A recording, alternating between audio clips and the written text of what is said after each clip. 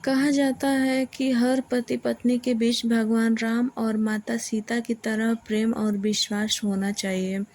माता सीता के विवाह के लिए रखे गए स्वयंवर में भगवान श्री राम ने भगवान शिव के धनुष को तोड़ा था और माता सीता से विवाह किया था। इस दोहे से यह तो पता चलता है कि विवाह के समय माता सीता और भगवान राम के बीच लगभग 9 वर्ष का अंतर था।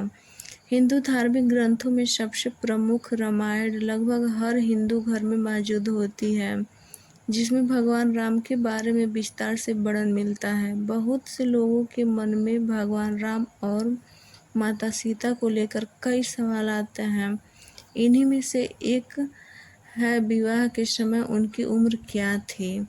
भगवान विष्णु के 7वें अवतार प्रभु श्री राम और माता सीता का रिश्ता युगों युगों तक याद किया जाएगा। प्रभु श्री राम की एक ही पत्नी और रानी थी, वह माता सीता थी। वही माता सीता की पवित्रता, उनकी आदर्श पत्नी होने के कई उदाहरण रामचरितमानस में देखने को मिलता है।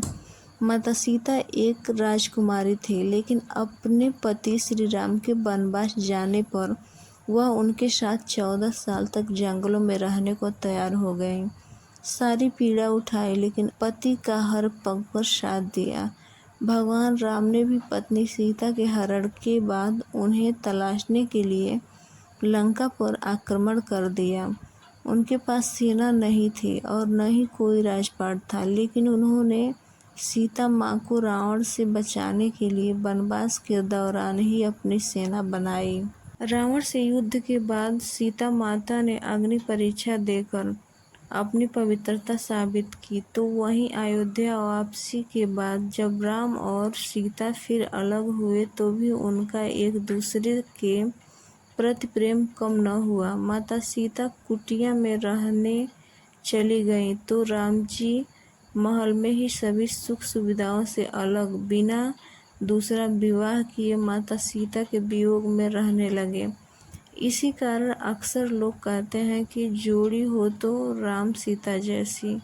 अगर आप भी राम सीता की तरह एक आदर्श पति पत्नी की तरह रहना चाहते हैं तो उनके रिश्ते से ये 5 गुणकारी बातें सीखें।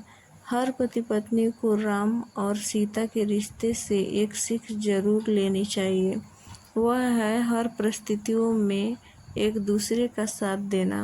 वनवास होने पर माता सीता ने राम जी का साथ दिया तो रावण द्वारा हरण होने के बाद भी श्री राम माता सीता को वापस लाने के लिए डटे रहे। विपरीत परिस्थिति में भी उन्होंने एक दूसरे का साथ नहीं छोड़ा।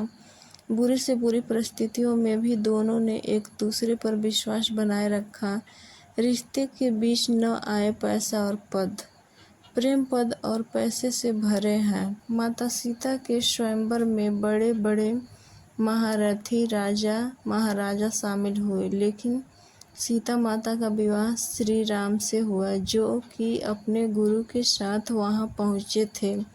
एक बालक जो राजा भी नहीं बना था और राजकुमार के भेष में भी नहीं था, फिर भी माता सीता ने उन्हें अपने पति के रूप में स्वीकार किया। वहीं जब राम को वनवास हुआ और उन्हें सारा राजपाट छोड़ना था, तब भी माता सीता ने पति के पद और पैसों के बारे में तनिक न सोचा और सारी सुख सुविधाएं छोड़कर श्री राम के साथ वनवास चली आईं। पतिव्रता और पत्नीव्रता। माता सीता ने जीवन भर पतिव्रता होने का धर्म निभाया। रावण द्वारा हरण के बाद भी माता सीता ने अपनी इज्जत पर आंच न आने दी और अंत तक रावण के सामने न झुकी। दूर रहने के बाद भी माता सीता ने अपने पति धर्म पर आंच न आने दी। श्री राम ने भी पत्नी की अनुपस्थिति में अग्रमेघ यज्ञ के दौरान उनकी सोने की प्रतिमा बनवाकर उसे साथ बैठाया। एक राजा होते हुए भी उन्होंने पत्नी सीता के दूर जाने के बाद भी दूसरी पत्नी से विवाह नहीं किया। दोनों के बीच दूरियों के बाद भी माता सीता और श्री राम का एक दूसरे के प्रति प्रेम और वैवाहिक धर्म जस का तस बना रहा। सुरक्षा और सम्मान। प्रभु श्री राम और माता सीता के रिश्ते में सुरक्षा और सम्मान दोनों की भावनाएं थी।